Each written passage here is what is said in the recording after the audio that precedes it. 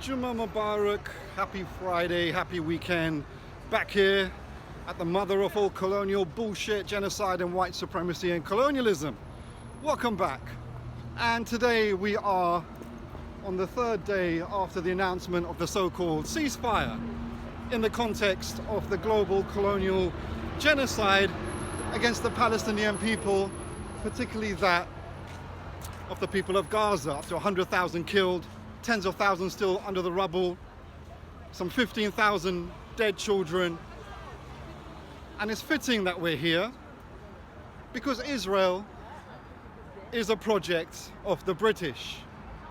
Britain created Israel for its own colonial agenda in the region. And after 1956 Suez War, with Egypt led by Gamal Abdel Nasser, big him up, anti-British fighter, the USA joined in and Israel becomes an Anglo-American colonial statelet to control and contain the people of the region. So when the genocide was escalated after October the 7th, 2023, very quickly the leaders of the so-called wrongly named pro-Palestinian movement, who are in the pockets of the British state directly and indirectly, all of course again collapsed into political and cultural Britishness.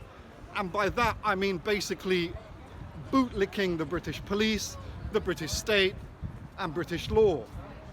Which would all be fine if the British state and the police and the law was anti-colonial, but it's the mother of colonialism and white supremacy and colonialism. So of course that whole strategy was going to fail. By the way, there's Oliver Cromwell. He's celebrated by the English left, genocidal maniac, especially against the Irish.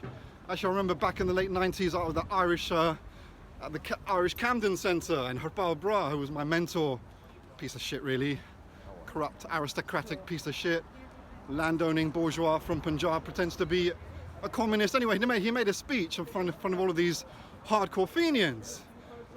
It was all going well, they liked it, you know, an Indian railing against British colonialism, and then when he bigged up Oliver Cromwell, he got heckled and shouted down militantly by the Fenians, and good on them. Anyway, so, you know, I often think, don't people think, whichever God they pray to, how can you answer your God? What did you do in the face of a genocide?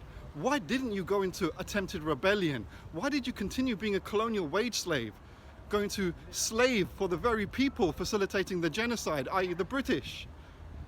Why didn't you attempt to go into rebellion? Why did you do that? And the struggle of the Palestinian people continues. This ceasefire is no ceasefire, it's a pause to continued colonial genocide and fragmentation and destruction in the region. And so the challenges remain, despite the failures, the mass failures of people in the context of this genocide.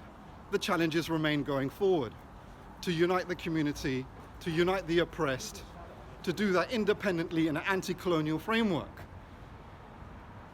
So with that, I leave you here in the heart of whiteness to say to you and to challenge you, don't turn your head away from the challenges. Do not succumb to Britishness, because that is the enemy of the Palestinians, of the global humanity. Big yourselves up.